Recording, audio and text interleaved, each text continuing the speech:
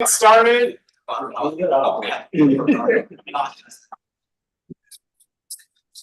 soon as Harmony tells me we're good.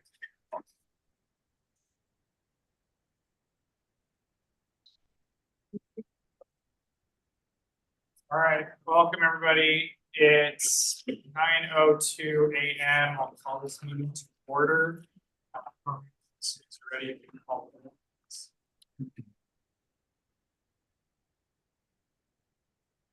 Director Bradley? Here. Director Brems? Present. Director Cardenas? Here. Director Daly? Here. Director Keegley? Here. Director Litvack? Director Olson? Present. Director Peterson? Here. Director Prokopis? Here. Director Silvestrini? Here. Director Stevenson? Here. All right, moving to public comments. Do we have any public comments in the room today? Do we have any online public comments? See none. Move on. Item 3, UPD update. We'll hear from Chief Olson.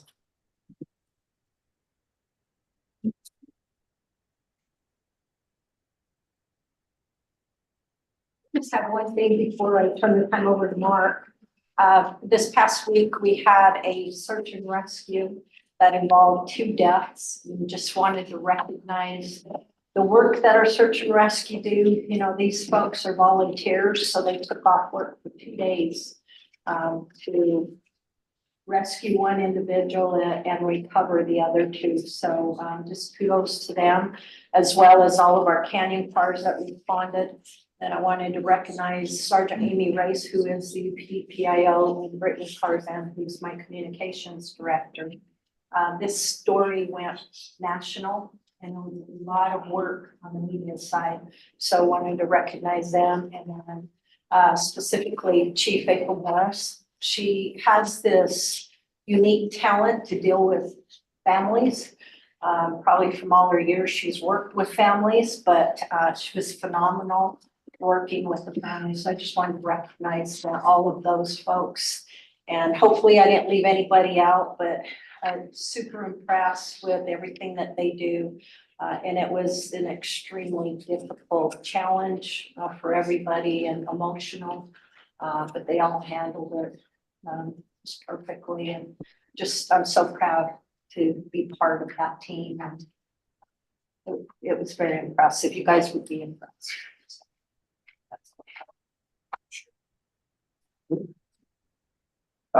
Just wanted to give you an update on the staffing. So this is the same dashboard that is available to all of your commanders at any time. So if you ever have questions, they can answer those. But we have seen a flurry of resignations and retirements in the last month. As you can see there, there's 5 pending currently. One of those is a officer that has been off for some time with a significant medical issue. He will be rolling into long-term disability in June and will then fall off of our encumbrances. He'll still be an employee, but he won't encumber a position in Mill Creek any longer. So we can backfill that. So that's why I've added into this. So as you can see, currently we are down 16 officers. That's a projection for, that includes these 5 that are coming in resignations and retirements. And then we have a total of 9 currently in training that are encumbering positions. For the month of May, we've only received 2 applications. They're scheduled for PT in June. We have 3 lateral candidates that are in the background process and 5 entry-level candidates that are in the background process currently. Just an update on our annual attrition. We are at 11 total for the year, and we hired a total of 9 this year. So we're a little bit behind in the hiring. Working on that. And then our monthly attrition, again, we're starting to see some resignations for Salt Lake County. And we've had the 2 lieutenants that have already gone over, Lieutenant Lord and Lieutenant Taylor. I know that some offers have been made there, so I anticipate that we will see a flurry of resignations coming in the next week for the sergeant and lieutenant rank, at least. I'm not sure Chief Ackerman will update you on that. see. Hiring timelines, our next scheduled hire is in July. That will be a lateral hire. Another academy group that we're looking at for the first part of August. And we've not slowed down at all with the amount of openings that we have. And the number of applicants that have gone to Salt or have applied to Salt Lake County at least. I'm pretty comfortable we're going to be short staffed at the end of all of this, so we're just going to keep going. That's it, our total numbers. Again, I just update this, so we're at 109 that are eligible in the next 5 years and 64 that are eligible today to retire. Any questions on any of that? Okay, that's all I got. I Thank do you. want to note, we're going to be swearing in 3 today, this afternoon.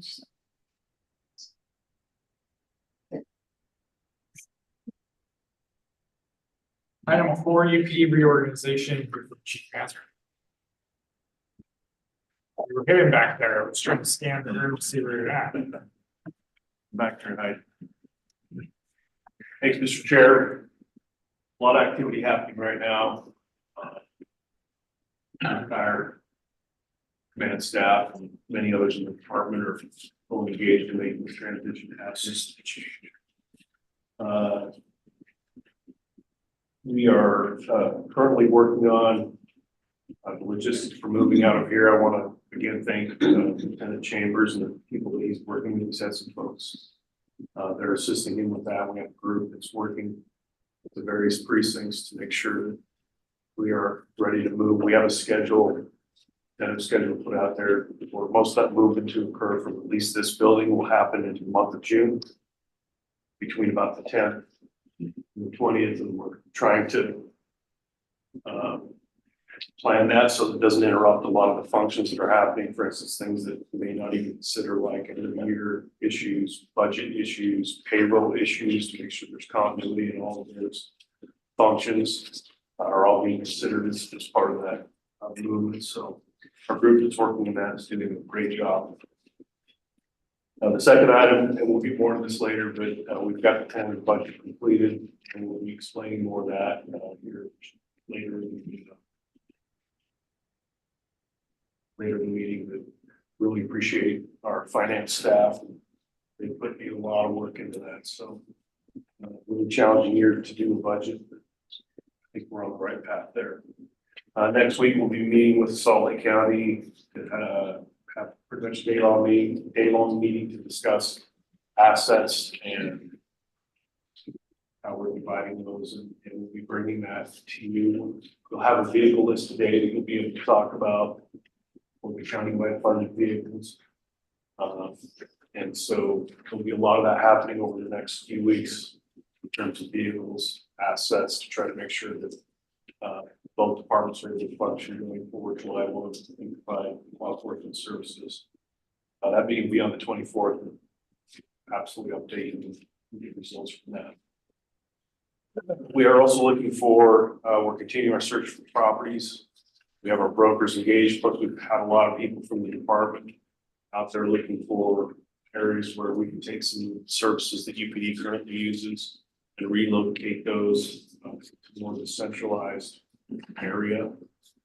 We're having some progress definitely in that arena, and I expect that to go well. Trying to work that into, we have some budget challenges with that, obviously, but there's a lot of potential out there. And we've looked at some other models of how it's being done.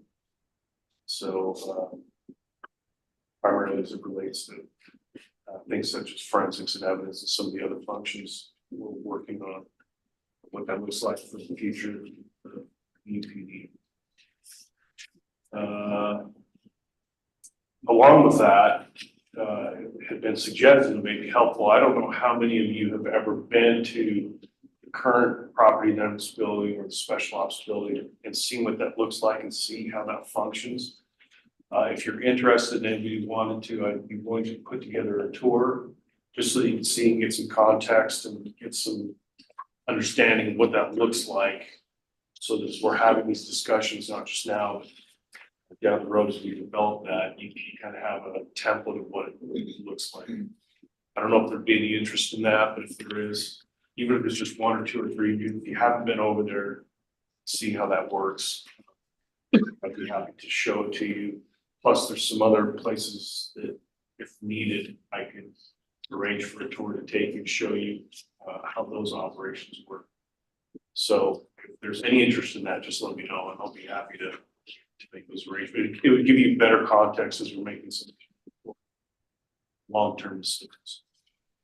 Can I just add it on that? Yes, sir. This was something that I brought up as we were looking at a location in the building that Midvale owns yesterday, and as we're talking about special ops and evidence and storage, and I maybe have a basic view in my own mind of what that is, but I don't really know. And so I said, I think it'd be good. Yeah, Maz has been great about inviting me out there before. It just hasn't happened. So I thought that would be a good opportunity for the entire board, and we could set something up. But I think we do that, and then if we get it to a point of having a forum, I want to notice that. But want to make sure that that opportunity is available, so that, as Matt just said, we're gonna, once we've got a better idea of what we're actually talking about. Yeah, and what I'll do is I'll have Harmony send something out to indicate if you have interest, and we'll find a time that's best for you to do that. We can do that within an hour at time and place here. Well, not place, but time of your convenience. Show you what that looks like. So I think you'd find it actually just interesting if you wanted to invite somebody to come along with you, either your staff or bring your kids or whatever you want to do. We'll show you how that works. Chair, Chief, Yes. did we not have an ad hoc committee of sorts looking at real estate? I know there was on the command Yes. staff side. Did we have a board member that was involved with? I can't remember. It seemed like maybe one of us was helping with the properties, but I might be wrong. Yeah, we didn't have it on the board. We had what we call the facilities team. Okay. That was a group of people, some backgrounds and those types of things, different commanders. And that's kind of when we were in that vein of going out and looking at more of a headquarters configuration. That's evolved since then to more of an immediate needs, more functional, practical needs. But that committee is still active, but really the whole command staff is engaged. Plus, we have lieutenants, we have sergeants, we have other people that are saying, hey, take a look at this idea, and then funneling that through those channels to me, and then I'm working with our brokers to see. So it's May, as you all know. Just something to put on your radar. Next month will be the last board meeting we probably have here. Obviously, however you guys want to dictate that. I've talked to Harmony about this, preparing to meet at other venues and locations should that be necessary. And so I just want to put that on your radar to think about that. You want to still meet at the same time, day, and there's a number of locations where we could continue to hold Zoom meetings and have these board meetings. I think you also have to consider too, this Lisa meeting, if that continues to be held following that board meeting, what that looks like. Just give me some feedback on how you'd like to do that and proceed. But that would probably start in, I think, the first board meeting after the split is July 20th, I believe, is the third Thursday. If you want to continue on the same schedule, just something to think about, some housekeeping stuff. Chief, if I can add to that, I've had this discussion with Chief and a couple of others. I have more to say about things that are going on that I want to update other members on. I don't know if you do it now or to do it in discussion, but I'll just offer that our city hall council chambers were set up. We have enough seats on the dais for every UPD organization. So, and we have capacity to seat about 120 people. So I offer that for UPD board meetings. We also have the capability to screen meetings from that location. That would be convenient, and it's also a location where we're going to have a lot of personnel. I think is a temporary plan is unfolding until we find other space. And I'm going to battle too in terms of discussions you've had. I don't know if you want to talk about that now, Mr. Chair, or at board member discussions. I'm comfortable if we jump into it now. Go ahead. Okay, so to update other members of the board, I just wanted to make everyone aware that a group of us that has been, on the ballot, but Stevens and me, and Steve Prokopis have been meeting with command staff and we had a meeting with the sheriff this week, her staff, to talk about some of the things that we haven't been able to really nail down until we had a better idea of what the direction the sheriff was going to go and where everybody was going to.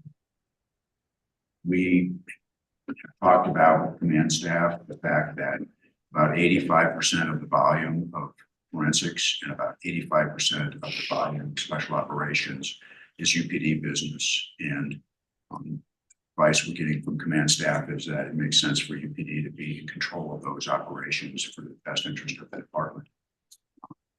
We have had discussions with the sheriff, and the sheriff has it. I'm going to speak for you, Sheriff, you can respond, but the sheriff has a different plan. The sheriff is hoping to build a regional model, sort of other communities. She's open to the idea of having UPD contract with the sheriff's office to do some of these functions, but that's not the advice we're getting from our command staff about what makes sense there. So I think it's likely, I mean, obviously you need board decisions, but I think it's likely that UPD is going to go its own separate way with respect to forensics and special operations. And when it's convenient, we will be moving out of the facilities that the county owns. Obviously that consistent with the gun to some extent. I've also talked with command staff. I know that they've been working with a number of us, that there's space in Kearns, there's space in Midville, and there's space in Holiday, and there's space in Mill Creek to house some of the UPD shared services. And I've just communicated to them some of this stuff as early as today. We have expansion space in our city hall building. So we have a whole third floor, which is UPD Mill Creek Precinct. And those of you who haven't been there, I invite you to come and give you a tour of that. There's a lot of space on that floor to locate other individuals. And that's secure space. That's key carded so that only authorized people can get into that space. We also have expansion space in our city hall on 2 floors that originally designed for the city to move into, but right now we don't need it.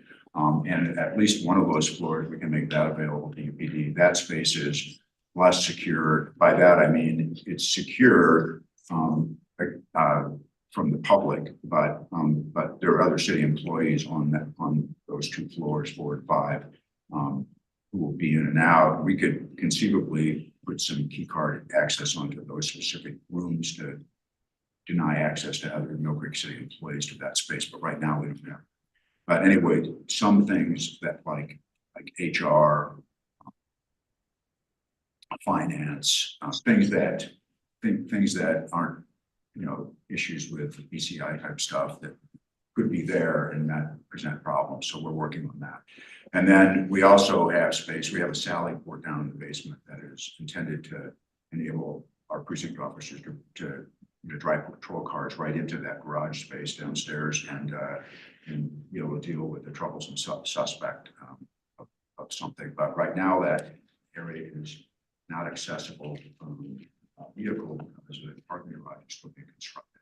However, the sally port space inside the building is finished and could be used for forensics or something like that.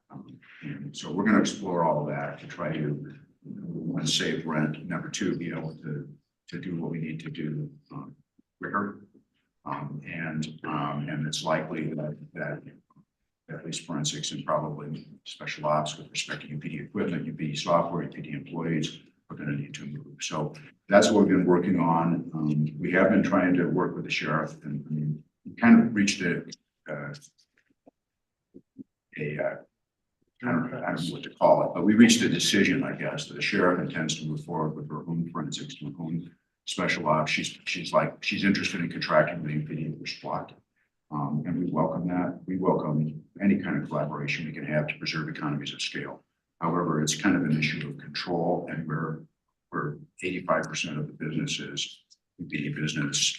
I agree with command staff that we need to be at a level of control there. So anyway, that's the update that I guess I have, and I appreciate the collaboration of Steve and Marcus and Rob to do this. And it's not intended to leave anybody out of this. It's just, really be efficient and getting a meeting and moving forward with respect to some of the stuff we need to do. Thank you. One thing I did forget to mention in terms of board meetings, but Harry, I'll just speak to this, but it will probably require as we move through the next 6 weeks, maybe following July 1, we may need to have an additional 1 or 2 board meetings, even if it's on a Zoom meeting, to get approvals done. So that things can be moved and we can try to get this thing to where it needs to be, some decisions. I mean, I don't know if you want to talk about it or talk about it. Just that things are moving quickly and we need board approvals to do certain things, including asset transfers. We're still talking to county representatives about that, one of the resolutions or a vehicle transfer, neighborhood transfer. But we think there's probably going to need to be matters coming before the board before the June regular scheduled meeting. So the suggestion would be either Wednesday or Thursday, the first week of June for a meeting. And then on the regular scheduled meeting, we can look at whether we need one more before the end of the year. But that would be, I don't know if we have to set that now. You may want to calendar it just so everybody knows it's a possibility, but so what we've been doing is meeting on Wednesdays for the reorganization meetings and then Thursdays for the regular. I would just suggest that either the board set the Wednesday or Thursday date the first week for a meeting, because I believe we're going to need it. And then a follow-up meeting a week after the regular meeting may or may not be needed. Looking at my calendar, we already have one on June 20th. Are we talking about changing the date of that one then? No, what we're talking about is getting one for sure the first week of June. And then if there's a possibility, there's any need for one after June 20th, we can talk about it then. I just didn't know if you wanted to sort of reserve a date now so everybody knows about the possibility. I'm not asking for an end of June meeting. I think we are requesting one the first week of June, however. We should have a better idea after Thanks for the clarification. the 24th, Okay. if we need a expedited meeting. Because everything is just I know. pressed, we're moving really fast, a lot of intensive activities. This is The first week in June? Or after the 20th? I would assume we're gonna need a meeting because there's gonna be a lot of moving parts the next month in terms of people going back and forth. I mean, my suggestion would be we get something to look. I agree. I anticipate a short agenda with just a couple items of transferring of Yes. assets. It could be Be a Zoom entirely meeting, Zoom done in if 15 we minutes. had to, right? Yeah. Do you want to set a date now for that? We talking Wednesday? Yeah, Wednesday, the 5th is the sheriff's awards at 10. So we get to work with that. I'm available right after that. We could do that here, right? Yes. Yeah. The word ceremony could take a while, I mean, that starts at 10 o'clock, I think. Yes, Starts at yeah. 10. You could do it at 8 or after. It'll be We could, probably 2:33. so I would recommend if it was here, that we do it before 10, do it at 9 or something like that. I think that's enough time, an hour. 8:30? Oh, I think that would be enough time. I'd say do 8:30 if people can do it, and then I if we just, don't, if we're done early, and we're gonna be here anyway, right? Because the awards are here. The words are here, I think Yeah. we can be outside. Yeah. Bring a hat. I think That that's up sounds to great. staff. I think that's up to staff because they're gonna be all hands on deck preparing for an award ceremony. I've done those and.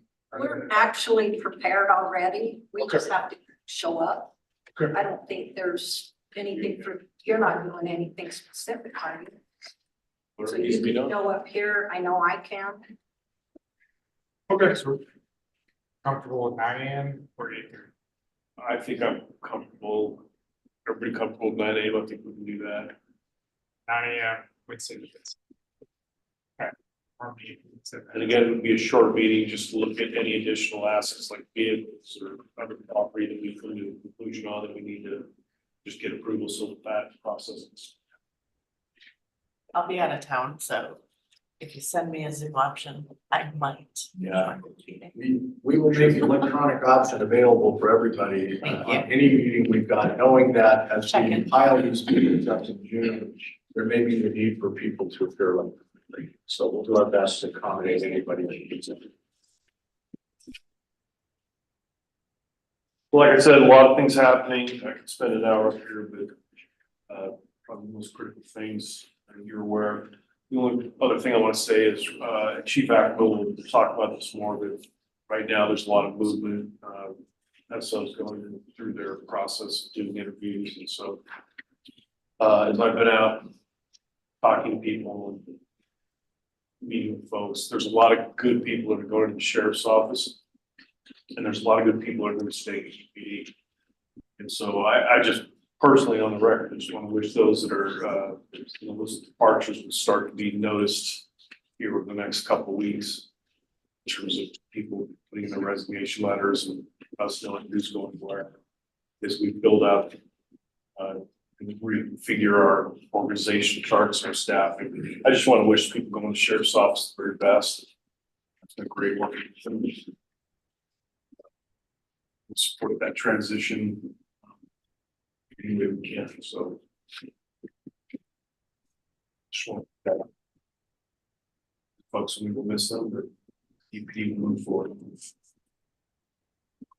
Any questions for me? See. Thank you. Good. I think I'm not, I just want to reinforce what you said there. So, you know, the Unified Police Department and this board aren't going to hold against anybody that decides to hire on with the Sheriff's Department. In fact, the very best thing for both entities is going to be if enough people go to the Sheriff's Law Enforcement Bureau so that we aren't faced with the problem of having to rip somebody, right?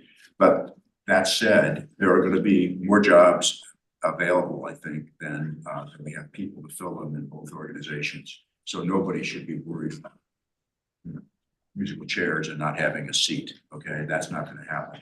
But it would be easier for both if we can, you know, this happens in a logical way. And it sounds like that enough applications have been filed with the sheriff's office that this is going to be smoother than could be otherwise. So anyway, no hard feelings.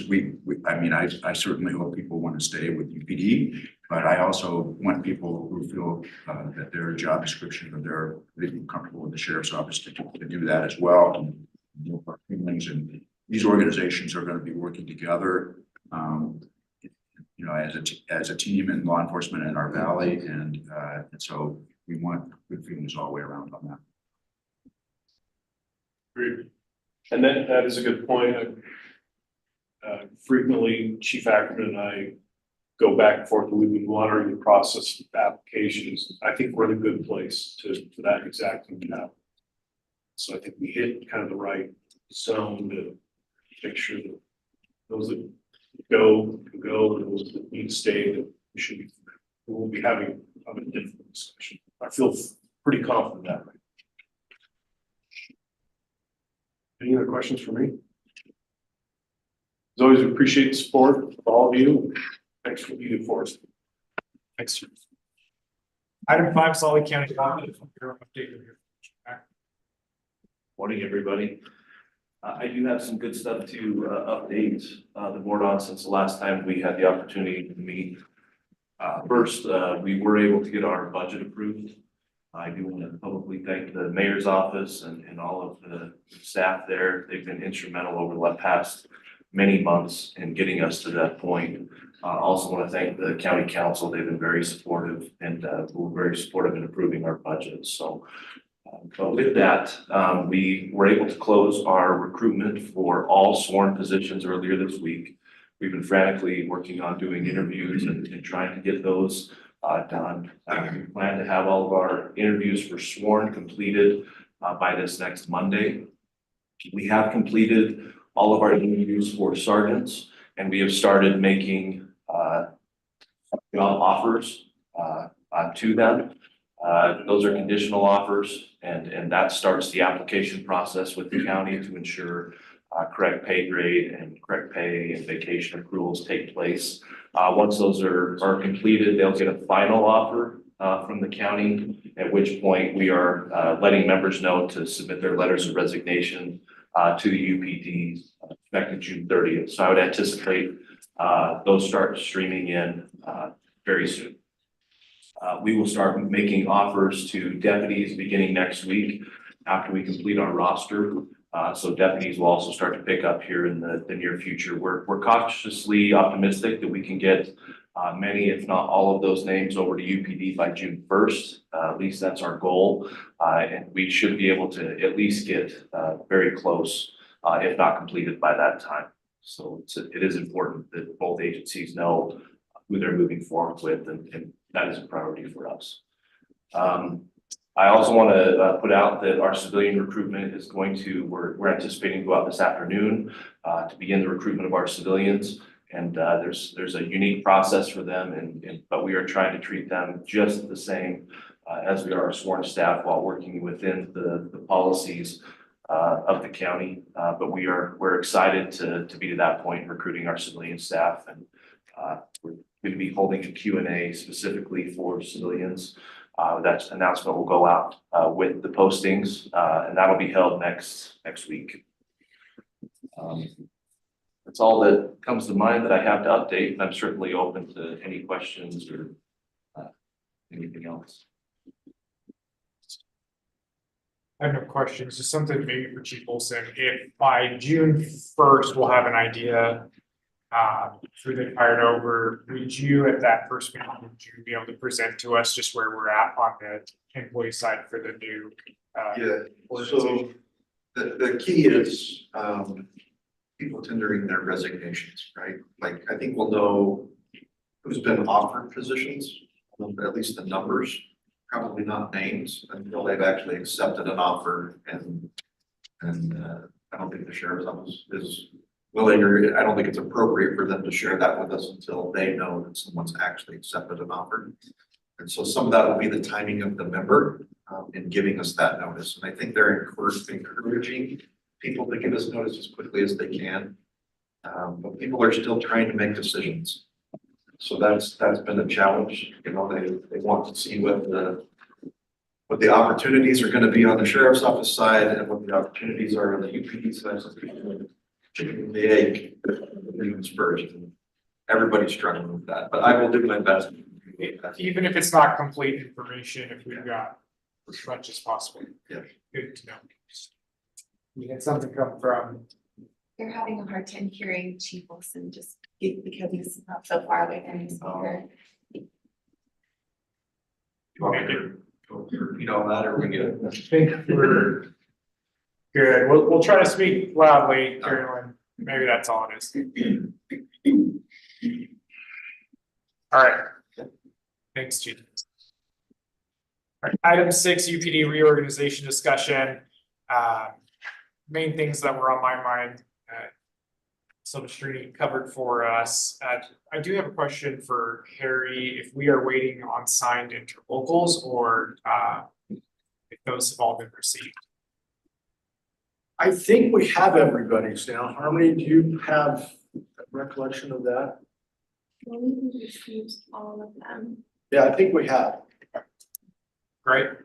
Well, I guess got the floor. I have to inform the board that I have been scheduled for a state records committee hearing this morning as well. I've requested that it be bumped back. I am waiting to get back. I may have to step out for a little while and conduct it. Typically, it's about a half hour. But I've been communicating with the secretary, and they're moving along quicker than we thought they would. So if I do that, I will come back, and I'll just be upstairs doing it by Zoom, but I may need to step out for a little while, so my apologies. If something arises while I'm gone, I will just ask that it be deferred, and as soon as that hearing's over, I'll come back. No problem. And unfortunately, their meetings are always the exact same day as our regular meeting. This has happened before, but it's just something that normally they set my cases for later, and they didn't this time. And so hopefully I'll get a text back saying we're okay. If not, if I'm up, I have to go. So while Harry's still here, I don't want to get into this because this is bordering on closed session stuff, but I just want to make the board aware that we are attempting to secure a date where we can meet with Taylorsville to talk about resolution of our dispute. I think we have a date, actually. Do we have it? Okay. Yeah. And, I will be delivering the message that, was discussed, in closed session, but I don't want to discuss it in open session. Thank you. Any other items around reorganization? Okay. Item 7, Finance Committee update. Councilmember Keegan. Yes, okay, so I'm here. Sorry about that. I was having car difficulties today and this past week. But anyway, we had our financial committee meeting on the 8th of May. And there was a lot of information that we weren't able to get because the reorganization and separation wasn't quite far enough along for that. For one reason, the personnel, where they're going to go, which organization would affect the finances, and also the forensics and evidence and the chain of command associated that was still an unknown at that point. But based on the tentative budget that we received last night, it appears that some of these issues have been resolved, but we'll hear more of that in our item 10 today at this meeting. I did want to thank Chief Mazarin for his letter that's on the second page in the tentative budget. It was a clear and precise explanation of the unique challenges in creating a tentative budget this year due to the separation of the sheriff's office and from the UPD, and thus reorganizing the UPD. That's all I have, unless somebody else that was in attendance wants to speak up about anything that I missed. Yes. All right, thank you, Carolyn. Item 8, approval of interim agreement to transfer vehicles, observing other issues, resolution 240501. Hearing.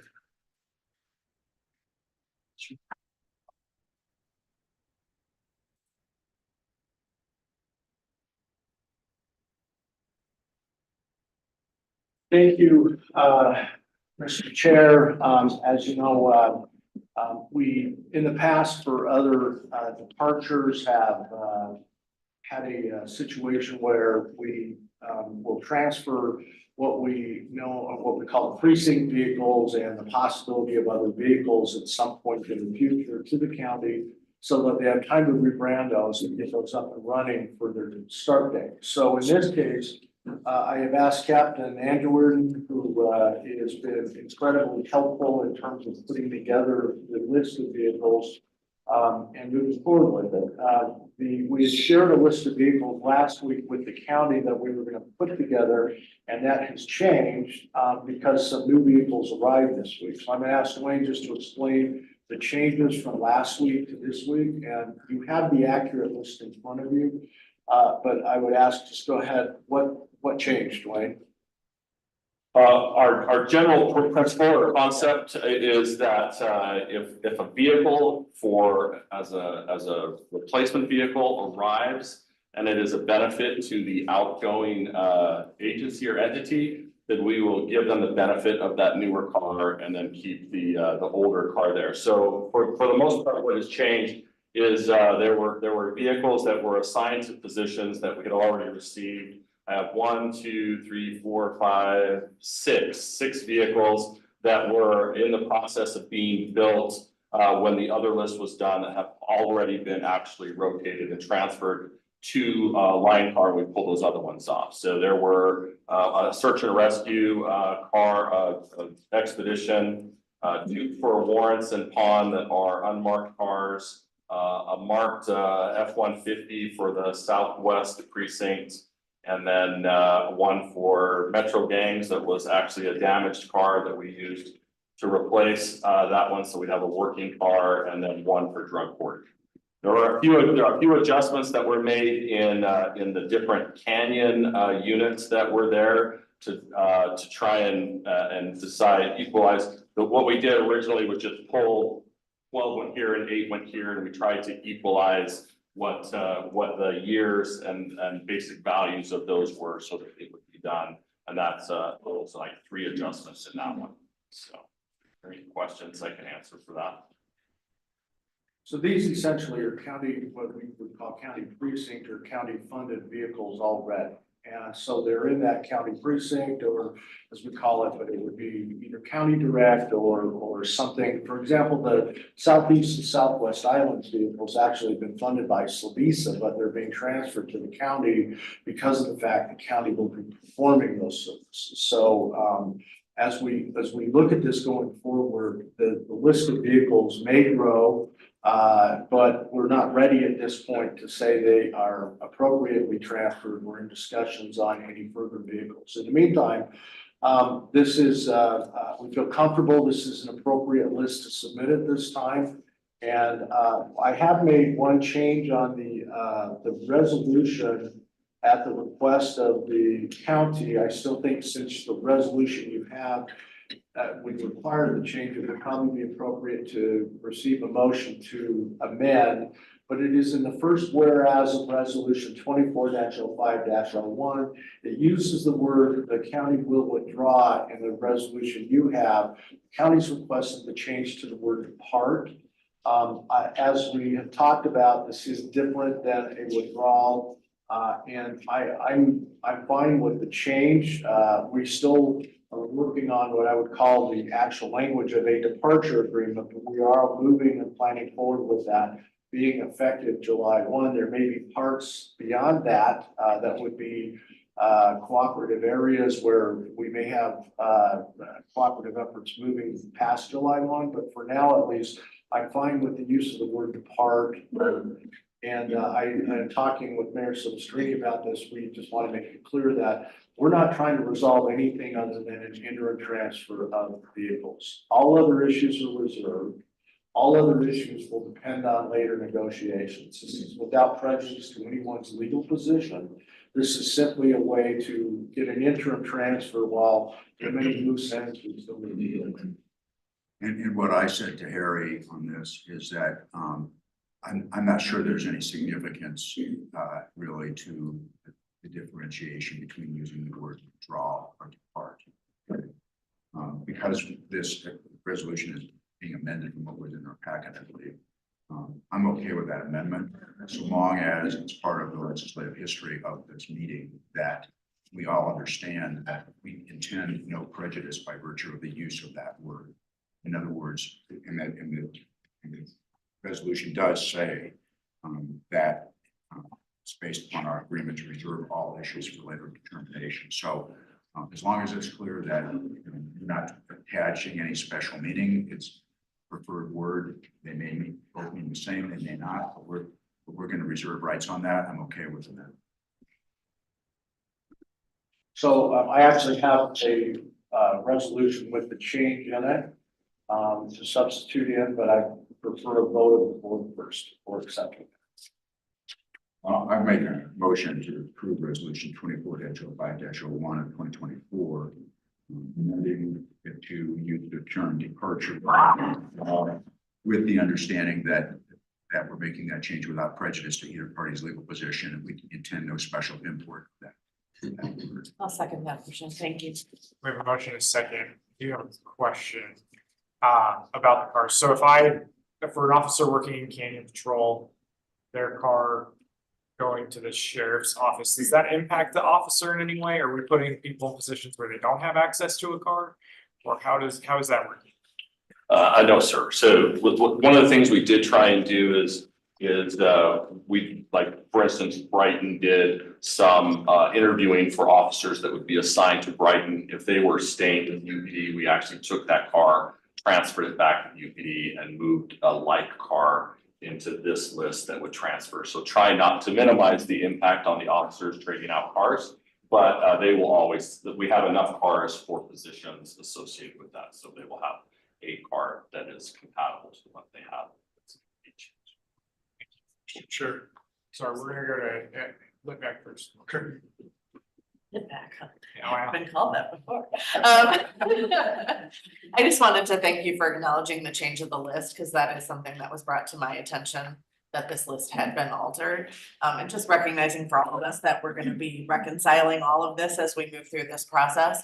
And so I just wanted to express my appreciation for that and for the amendment. I don't know that anybody thought it was nefarious, but I think it's intended.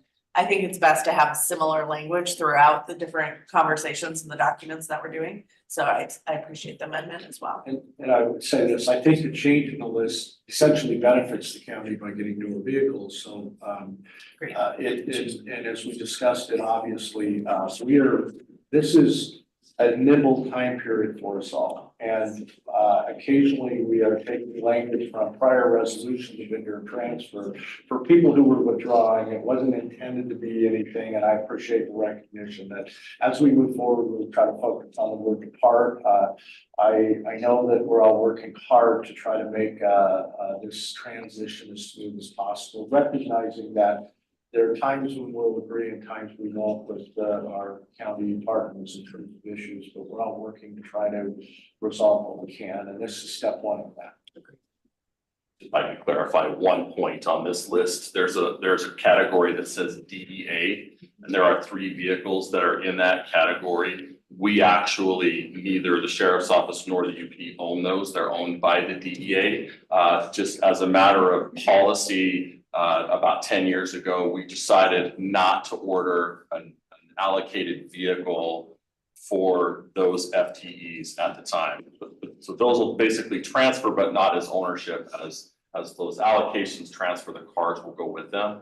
But if they were to move out of that, we would have to identify, the county would have to identify a vehicle to get to that. If that makes sense. Help me understand, and I don't want to have extra vehicles that we do not need under UPD in the future, but I'm thinking the sheriff and the UPD serviced that area, which is now going entirely to the sheriff. We serviced that at a certain level previously. The sheriff's model services that at this level. We are not giving cars for the difference. We're giving cars that they were already using. Currently allocated, because there's new positions and new growth on her side, but are we giving cars for those new spots, or is the sheriff buying new cars? I would say this, that these are previously allocated, so. Already in the pipeline. Already in the pipeline. To be replaced. There could be discussions about other vehicles, but we would bring that to you with the clear identification that these are in addition to what are clearly allocated vehicles. We don't know where those discussions are going to go.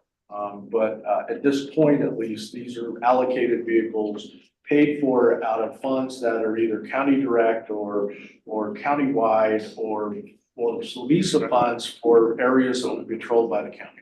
I just don't want to be having empty cars that we no longer need when she's having to buy on her side for her new positions. We're talking about other options. There's a plan. These are clear cut ones. Thank you.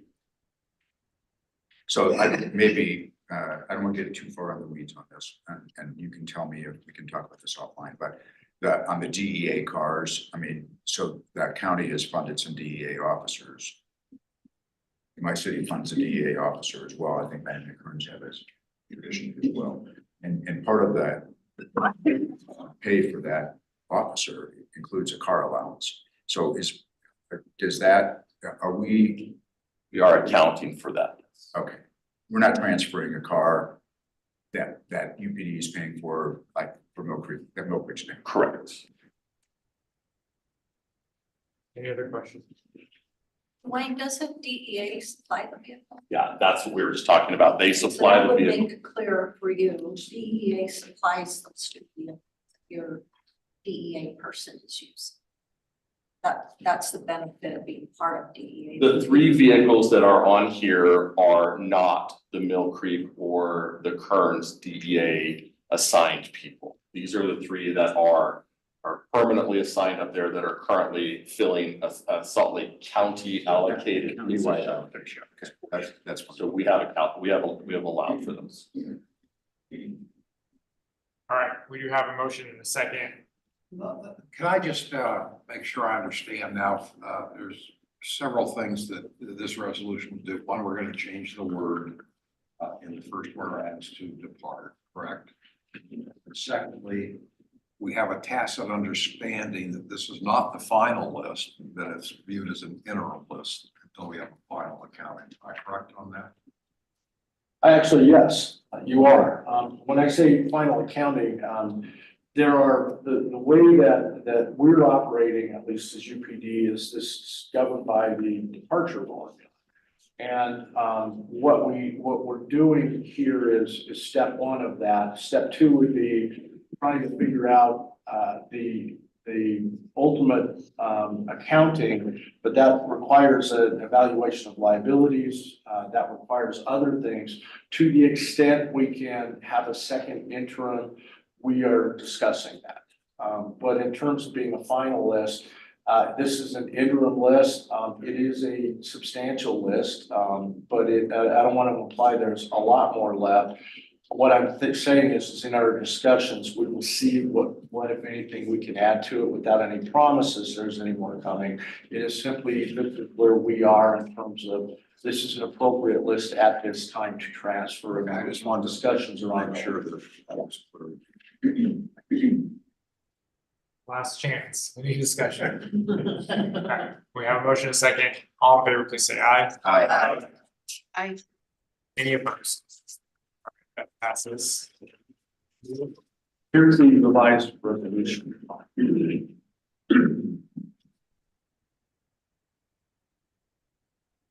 right, item 9, resolution to temporarily suspend tuition reimbursement requirements, resolution 240502.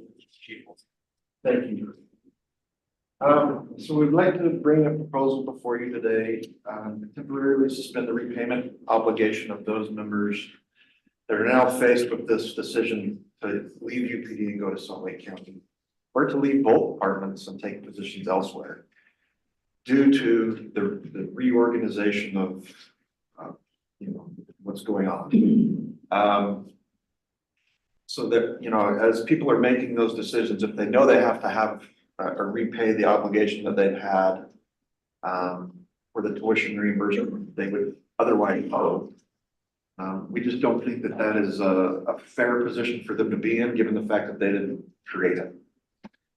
So we're asking you to temporarily suspend that tuition repayment obligation for a period of 2 months, retroactively first through the end of June. As people have already left the department for those reasons and continue to make those decisions going forward. So, Do we know if the sheriff's office is going to offer the same benefit to folks? That's in place. And we would continue to offer it in the future as well. Yeah, for sure. UPD has a 100% tuition reimbursement program. There is a repayment obligation if you leave the department within 2 years. So again, we're just asking that we suspend that temporarily until June 30th. After that date, anybody that's remaining that still has a tuition obligation would be required to pay that back in full, as per policy. Do we know I know it's complicated because we don't know who's looking for it. Do we know the potential financial I do. impact? I did those numbers for you. I figured that would come up. So for 2023, the total is 36,823. This year, currently, the obligation is 24,051 for a total of 60,875.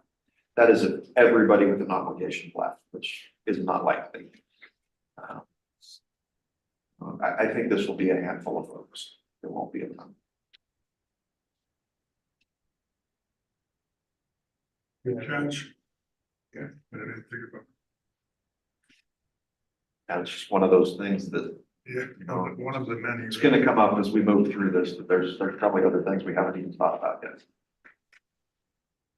Any other questions? Mr. Chair, I'm prepared to make a motion to approve resolution 24-5-02 of Commissioner Board temporarily suspended the tuition reimbursement requirements. Second. We have a motion and a second. Any further discussion on that?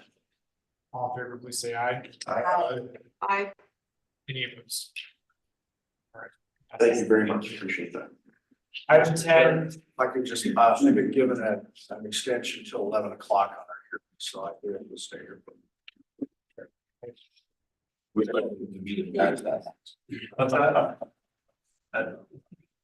moving to item 10, tentatively adopt fiscal year 2024 to 2025 UPD tentative budget. First up is the introduction, and we'll hear from Chief Mazarin and Kevin Sanchez. Yeah, thank you, Mr. Chair.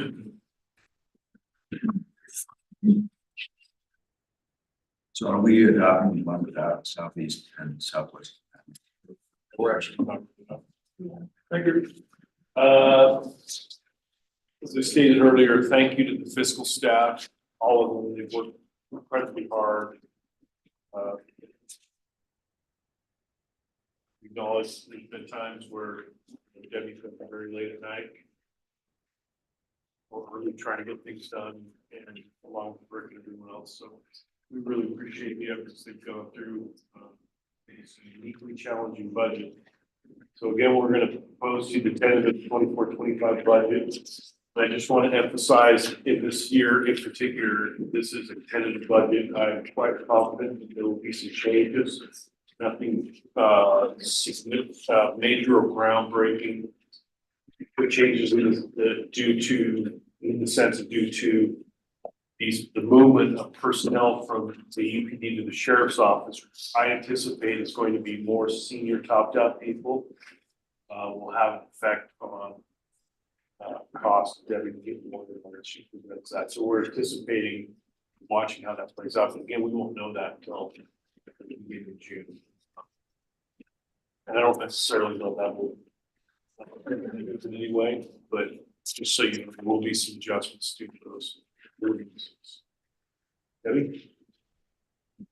Mr. Chair and Board, so you do have in front of you a tentative budget. I did have Harmony send out a revised one this morning that included the budget without the Southwest and the Southeast Islands prior budgets in there. So there'll be, I'll have Harmony bring that up so that you can look and see what that comparison is. But I want to start with,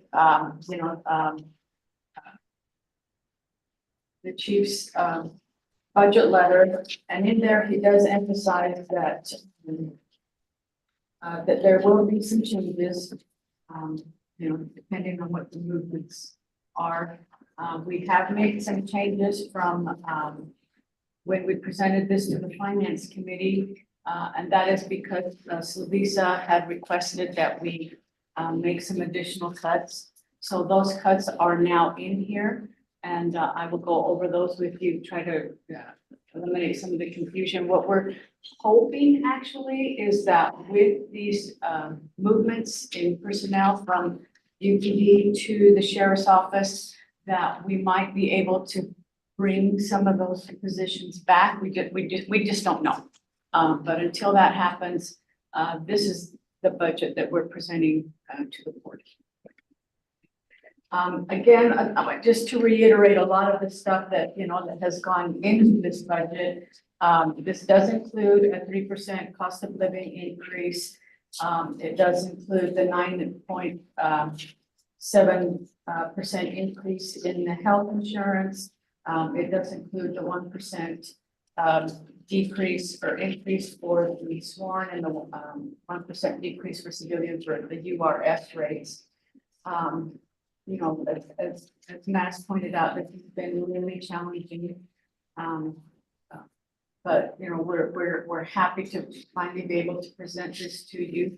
We did eliminate, once all of the cuts were made, approximately 18% of the staff, both sworn and civilian, from how UPD exists now versus how what we're looking at going forward. So, if you can scroll down a couple of pages.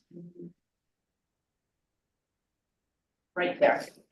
So this is what the organization, this was also changed last night. I thought it would be clearer to understand. So currently, we have 327.5 sworn officers.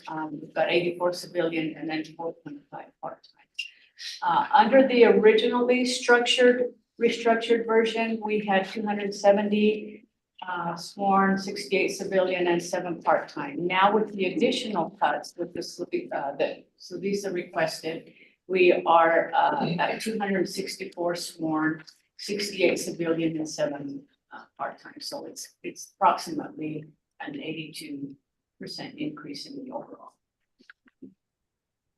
Go to the next page. So this is what it would look like for each of the individual precincts and departments under shared services. We've got a total of 114. In Mill Creek, we've got 50.39. In Holiday, we've got 30.62. And in Midvale, we've got 44.5. All of these sworn and civilian and part-time positions. Next page. Kearns has approximately 41, Brighton 7.55, Copperton 1.2, Magna 38.8, Immigration 2.5, and White City 12.5. Now the changes that you will see are in Kearns and in Magna and in White City. And that's why I've got on their sworn positions.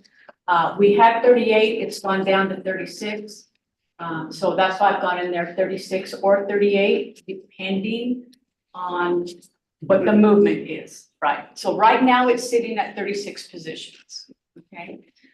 For Magna in sworn positions, we originally had 36.9. We've cut it down to 2, so that's now 34.9.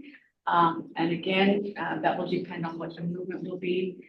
And then on White City, we originally had 11.5, and that's been reduced to 9.5. And as I said, again, once the movement's complete, we're hoping that maybe we can put some of those positions back in. And that's why I've got the 36 or the 34 or, so that's what's represented in here. And the difference would be if we lost a higher paid employee to the sheriff's side and we'd have additional revenue to bring in a lower level officer. Yes, if the cost go line. down, yes. If we can realize some savings to possibly bring some of those positions back, to get it back to the original. Still meeting our organization. obligation to Slovisa of making the 2-point number cut. Yes, Okay. yes, staying within that guideline, absolutely. Thank you. Okay, next one. Again, so this was all based on the 70% cases, 20% population, and 10% property valuation shared service formula, so that hasn't changed. And then, as I stated, this does reflect the changes that we've made, that I've been informing the board of throughout the budget process. Again, wages and benefits, that's the only one. They are calculated on actual amounts and not averages, and that's based on what we have currently. We don't know yet who's going to be staying with Unified Police. So that will, once that movement's made, then we'll reflect that in the final budget, what the actual organization costs are. This does reflect Slovisa's appropriation of 26,142,000 as approved by the Slovisa. So our total budget right now is 63.96 million. The city's shares are 37.82 million. That makes up approximately 59.13% of the budget, and then Slovisa shares 26.14 million, and that's 40.86% of the share. The overall increase is 3.379 million. And then Mill Creek's is 7.13%, Holidays is 10.43%, and Midvale's is 14.94%. And then Slovisa overall is negative 8.7. Now, granted, this is based on the comparison to Slovisa's total prior budget, which includes the Southeast and the Southwest Islands, so that the overall PBIM that we have represented here is 5.58% increase. And so like these were printed before we made the addition to the other comparisons. If you'll go to the next page, this is what I've added. It's not in this book. But if the board would like to see both of these, we can make sure that they're in the final. So if you look at it, without the Southeast and the Southwest Islands, their prior budget. So what we did was we based the PBIM on the aggregate expenses, which is how the resolution reads. So the aggregate of the total expenses for Slovisa last year included the Southeast and the Southwest Islands. Without it, and so, but because we've been requested to show it without them, we've also represented both of them there. So if we don't include the Southeast and the Southwest Islands prior year budgets, the overall PBM goes to 10.63% for everyone. And you can see the comparison without it, and then below it is how we have it represented, which is 5.58%. For Slovisa, without the Southeast and the Southwest Islands prior budget, their overall is 10.75%. For as the way we have it represented, Slovisa's is a reduction of 0.87%. What I do want to stress again, and I stated this when it was presented at the Finance Committee meeting, is that even though the PBIM changes, the individual percentages don't change, regardless of whether we include the Southeast or the Southwest Islands in there. So you can see that Mill Creek's percentage stays the same at 7.13, Holidays stays the same at 10.43. Midvale stays the same at 14.94, and then each of the individual members within Slovisa, their percentages stay the same. So Hers is at 726, and Magnus is at 577. White City is at 50.78, Copperton is at 3716, Immigration 3756, and Brighton at 1598. So just to add another level of transparency, and I appreciate the request, and we're happy to do it. We did include that. Move to the next slide.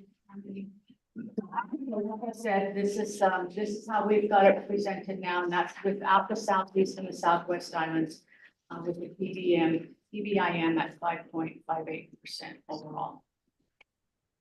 That's for the overall, and then the next, and then of course you see the Slovisa PBIM at the -87. And I think that's it. This budget, as Matt stated, this is the tentative budget. It's nearly complete. The final steps will be to include the necessary changes that we have in personnel, and all of that movement's made. At this point, at that point, we'll be able to estimate what your fund balances are. We can't do that right now because we've got the compensated absences included in there. And once we know who's leaving and who's staying, we can calculate what our compensated absence liability would be, and what your total fund balances will be. So that as soon as we get that information from the sheriff, and as soon as we know, we get, each of the individuals who are leaving or committed, we know who those are, we'll be able to get those too. In other words, we've done everything we can. So Debbie and Rick, I think I'd like to enter you in a Rubik's Cube competition. Because you're obviously masters of that. And I really appreciate the work that you've done. I mean, I know that you've worked hard, and I also know how difficult it has been with variables changing all the time, and unknowns up until the last minute. So thank you very much. You're welcome. And it was a lot of, the Maz is amazing. He has helped guide all of us through this process. It was difficult, it was challenging, and I'll say Maz doesn't like the word, but I say it was brutal sometimes because, I came in just less than 2 years ago and became immediately invested in the staff, and then all of a sudden we have all these changes. So, but everyone has tried really hard to work together. and create the organization chart that we needed to start with. You guys told us what the guidelines were, which was critical to us, so we could start moving. So we appreciate that, and then we just started plugging away. So, and I have an amazing staff. Angie worked on all the personnel costs, and Rick worked on the VCRs and the vehicle replacements, and everybody pulled together to try and put this budget together. The commanders met. It's been challenging. It's been exciting, but also very emotional. So Exhausting. thank you. Yeah. Sure. I just would also like to thank everybody involved. I know this has been a heavy lift, but as I look at those columns, I see some pretty significant increases for our members' cities. And that's a testament to our commitment to the model of shared services and what it's worth to stay together for the benefit of the whole. It's a little, if you don't fully understand it, it looks like Slavisa's seeing a negative increase. But once we back out the Southeast and Southwest, all the members of Slavisa are all too seeing an increase to keep us all together. I just don't want that missed, that we're all feeling the pain, some more than others, unfortunately, but that is a testament to our commitment to the shared service model of a regional police force. So thank you. Do we need clarification on when a motion is made? We saw a public hearing, but whether or not we're doing the budget with the Southeast and Southwest islands in that? So according to the PBIM, it's based on the aggregate. If we do it that way, it's under the 5.58. But and to me, that would be consistent to what we have done in the past. That would be my recommendation. It's on the interlocal agreement. I'm comfortable with that. I just asked Harry, is given the resolution that we adopted about the PBIM, I suspect that we're not gonna, that a weighted vote is meaningless because we're all gonna support this, but So let me, yeah, I've looked at this, I looked at it in particular yesterday, so the two things, I'm convinced we are in compliance with the PBIM. Now mind you, I don't think when we drafted the PBIM, it contemplated a major departure like we're facing, but nonetheless, it's an aggregate of last year's budget to this year's budget. We naturally easily backed out county from that. But the Slavisa budget as a member is part of that. And so when you calculate it, and we've done this every year based upon the prior year's budget, it complies with the resolution or it complies with the PBIM. I believe in that it follows that. I think disclosure of the fact that it is an increase is appropriate for transparency, but it's also important to note that the language has been complied with of what the PBIM is and how it's calculated from prior year. Also, the numbers are the same ones, actually less than the same numbers submitted in March to the board to establish the PBIM. So I think that when you look at this, I think we're fine to move forward exactly comply with the PBIM language going forward without a 75% vote of this. Wouldn't it be required to be triggered anyway? Pardon? Wouldn't the vote have to be triggered anyway? You mean? Does it really matter? Trigger? Yeah, it's not a call for vote, it's a trigger. Yeah, so unless two people want to trigger it, I think it's one.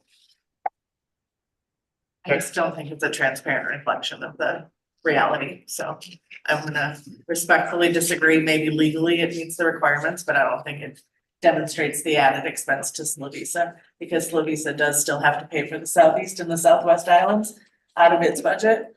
And the budget increase for UPD for who's remaining is that 10.78% increase. It's not negative, yeah, you understand. and it should be demonstrated that way. Well, this item is a public hearing, so I would ask for a motion to open up public comment on this item. Is there a motion? And we'll be open public hearing.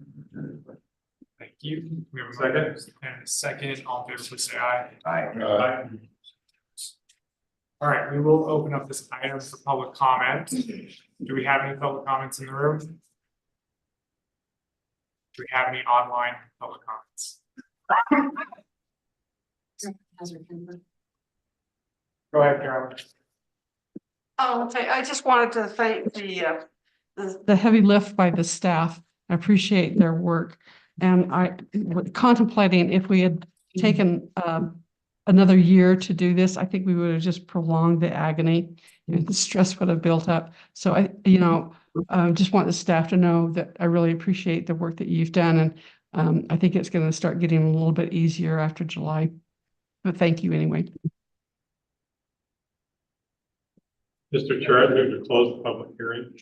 Okay, we have a motion to close. Second. Second, all in favor, please say aye. Aye. Okay, that is closed. We'll move on to the motion of approval of the fiscal year 2024 to 2025 tentative budget resolution 240503. Any further discussion on that? Otherwise, I would entertain. So moved. Second. We have a motion and a second. Army, I'm gonna ask you to call roll. I have a question. Go So ahead. which budget is connected to that? The one that shows the two differentials, or the one that does not? The one that shows the 5.58. So that won't include the transparent other one. It does, it's the one that includes the southeast and southwest items primary here. That's what you're saying. Well, you sent a new one out this morning that showed both. Right. So which one is attached to the It's resolution? It's included in there for transparency's sake, but that's not just on the one that I sent you. The one that's for the resolution is the 5.58%. And I think there's a distinction here. I mean, the budget that UPD is approving is going to serve UPD communities, and those islands are going to be served by the sheriff's office. And we fully understand that Civilisa is paying for that, but it's not part of this budget. No, I understand that, but we're not, in my mind, the way that you presented it is not accurately reflecting the increase holistically to calculate the PBIM for Civilisa. And that may be, but I think we have an opinion from council about that. And frankly, I think the vote. And I'm one of however many are here, It's but gonna I probably- won't support that because I don't feel like it's transparent. Mind you, I would point out the PBIM is our creation. It is not a statutory requirement. So as we sometimes look at what we created to try through the budget process to be consistent and provide advance notice, it's a little different. What I'm comfortable with is the opinion I gave that the budget presented that Debbie references, sorry, is the budget that is the one that's before the board approval with the what's the percent? 5.58. 5.78. And that is appropriate to submit that budget to this board under the circumstances that I believe it complies with the PBIM amendment. I'm recommending that the board consider it on that basis. I understand, and I just disagree Understood. from the public's perspective, who has the opportunity to weigh in on this budget. I think it inaccurately reflects what's happening. Are you asking Deputy Mayor that exhibit be placed in this book? In the tentative budget, I think both should be in there. Just clarification. However you want to calculate the PBIM for your own edification is fine, but I think it should be shown. I just think it's important that that we have one budget in the book, not two. So I'm asking for approval of one budget, not, even though they're the exact same numbers, I don't want there to be confusion as to which budget you're approving. So I'm asking that you approve one budget that's been submitted. The explanation is available and make that available to the public as well. It's been publicly discussed here today, but that we want one budget approved by this board and not the potential for two different numbers. So that's what I'm asking to be approved by the board. Okay, personally, I'm comfortable either way, but we do have a motion and a second. Unless there's any other. The motion, to be clear, the motion it approves the tentative budget excluding the southeast and southwest island. 5.58. That's the motion that I seconded. Harmony, can we?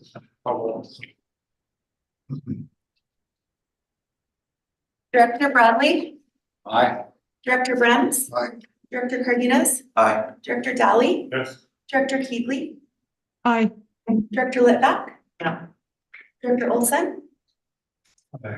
Director Peterson, Aye. Director Prokopis, Aye. Director Silvestrini, Aye. Director Stevenson. Aye. Okay, that does pass, thank you.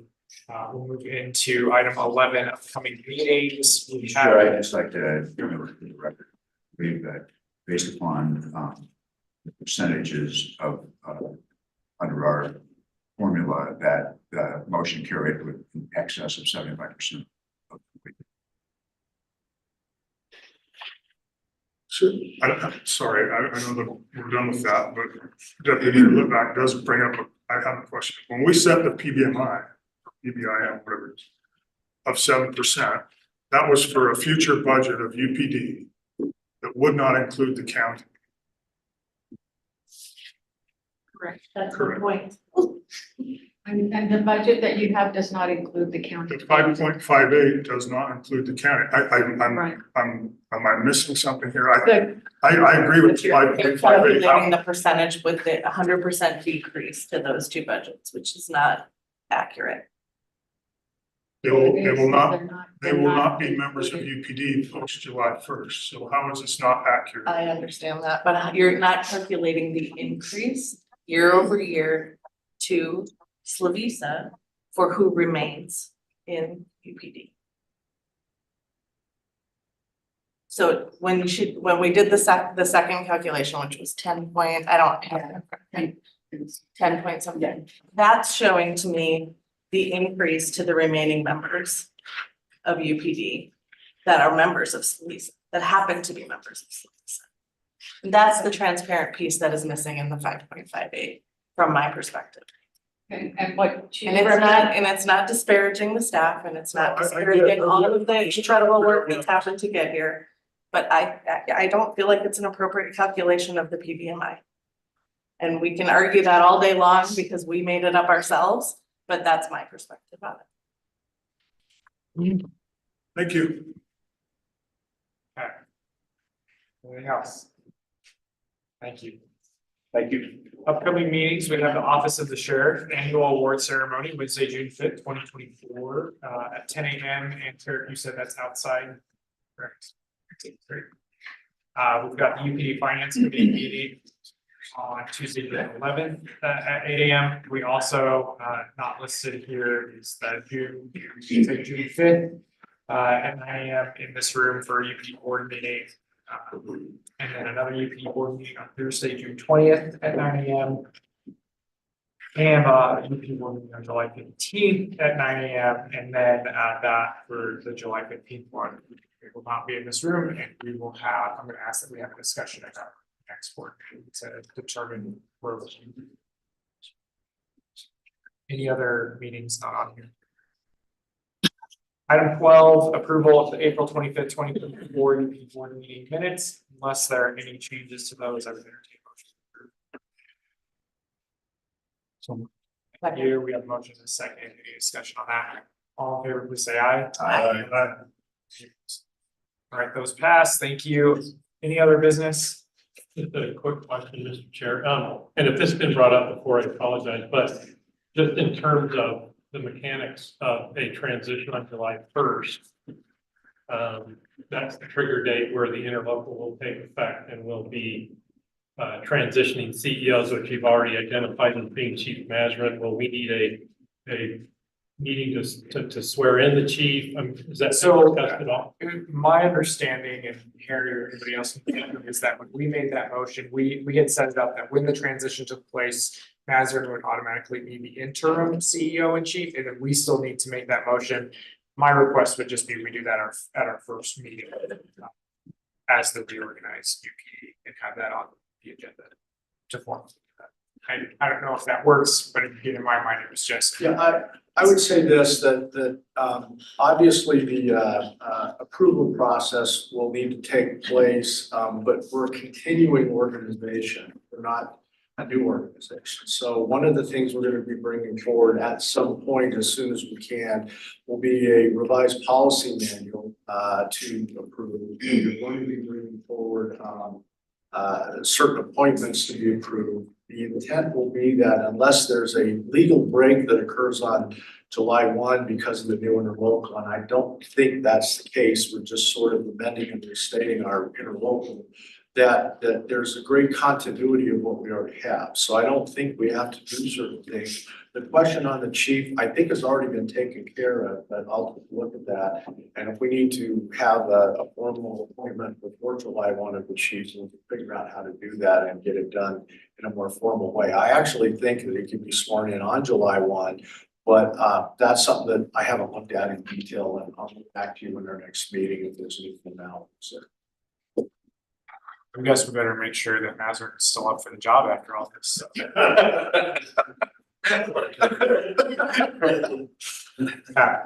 Any other business? I'd entertain a motion to adjourn. So moved.